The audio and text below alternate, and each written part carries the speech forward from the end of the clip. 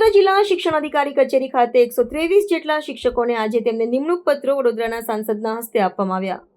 વડોદરા શહેર અને જિલ્લામાં ફરજ બજાવતા 123 શિક્ષકોને આજે વડોદરા જિલ્લા શિક્ષણ કચેરી ખાતે એનાયત પત્ર વિતરણ કરવામાં આવ્યા હતા, જેમાં અર્બન અને રૂરલમાં ફરજ બજાવશે, સાથે ગ્રાન્ટેડ અને અનગ્રાન્ટેડ શાળામાં ફરજ બજાવશે.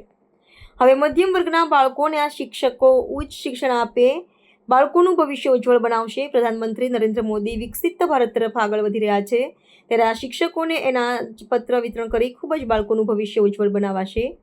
ત્યારે આજે વડોદરા શહેર જિલ્લા શિક્ષણ કચેરી ખાતે 123 શિક્ષકોને એનાયત પત્ર આપી શુભેચ્છા આપવામાં આવી હતી. વધુમાં વડોદરાના સાંસદ હેમાંગ જોશીએ જણાવ્યું કે આજે વડોદરા જિલ્લા શિક્ષણાધિકારી કચેરી ખાતે વડોદરા જિલ્લાના સમગ્ર રૂરલ તથા અર્બનના જેટલા બિન સરકારી ગ્રાન્ટેડ શાળાઓ છે અને માધ્યમિક તથા ઉચ્ચતર માધ્યમિકના તમામ જે શિક્ષકો છે એવા 123 જેટલા શિક્ષકોને આજે એમની નિમણૂક પત્રો આજે એનાયત થયા છે.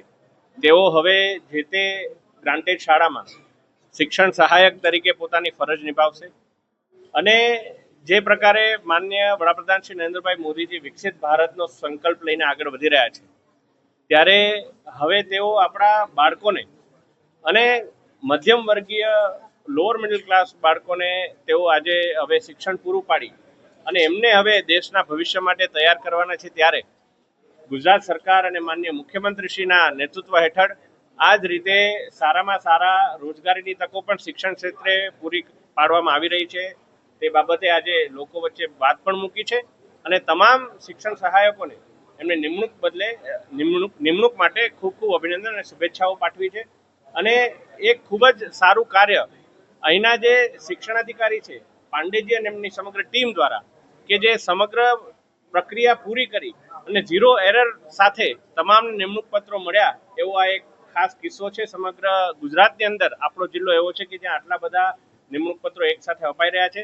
ત્યારે જિલ્લા શિક્ષણાધિકારી અને એમની સમગ્ર ટીમને પણ હું ખૂબ ખૂબ અભિનંદન અને શુભેચ્છાઓ પાઠવું. આજ રોજ વડોદરા જિલ્લામાં 123 જેટલા ઉચ્ચતર માધ્યમિકમાં શિક્ષણ સહાયકોને નિમણૂક આપવામાં આવનાર છે, જે અંતર્ગત આ બધા શિક્ષકો ગ્રાન્ટેડ માધ્યમિક શાળામાં ફરજ બજાવશે અને ખાસ કરીને સાંસદશ્રીના હસ્તે એમને નિમણૂક પત્રો એનાયત કરવામાં આવેલ છે, જેના કારણે ગ્રાન્ટેડ શાળામાં મોટે ભાગે મધ્યમ વર્ગ અને નિમ્ન મધ્યમ વર્ગના બાળકો હોય છે, તો એ બાળકોનું ભવિષ્ય ખૂબ સારું થાય અને સરકારનો ખૂબ સારો પ્રયાસ છે. એમને જે જગ્યાઓ ખાલી હતી જગ્યાઓ તાત્કાલિક ભરી દીધી છે. ટૂંક સમયમાં ગ્રાન્ટેડ શાળાઓની પણ જગ્યાઓ એનું પણ મેરિટ લિસ્ટ તૈયાર છે, એ પણ ભરી જશે.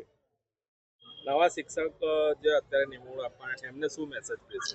નવા શિક્ષકોને એટલો જ મેસેજ છે, આ બાળકોને ખૂબ સારી રીતે ભણાવો, કારણ કે આજનું બાળક આવતીકાલનું નાગરિક છે. આજનું બાળક આવતીકાલે સારામાં સારા હોદ્દા ઉપર સામાન્ય મામલતદાર, કલેક્ટર શ્રી, IAS, IPS સુધી પહોંચે, એ ઉપરાંત સારામાં સારા ડેલિગેટ તરીકે પ્રતિનિધિત્વ કરે અને સારામાં સારા વિધાનસભાના MLA અને લોકસભામાં સાંસદ તરીકે પણ ચૂંટાય, એવી રીતની એમની ઘડતર કરે. Thank you.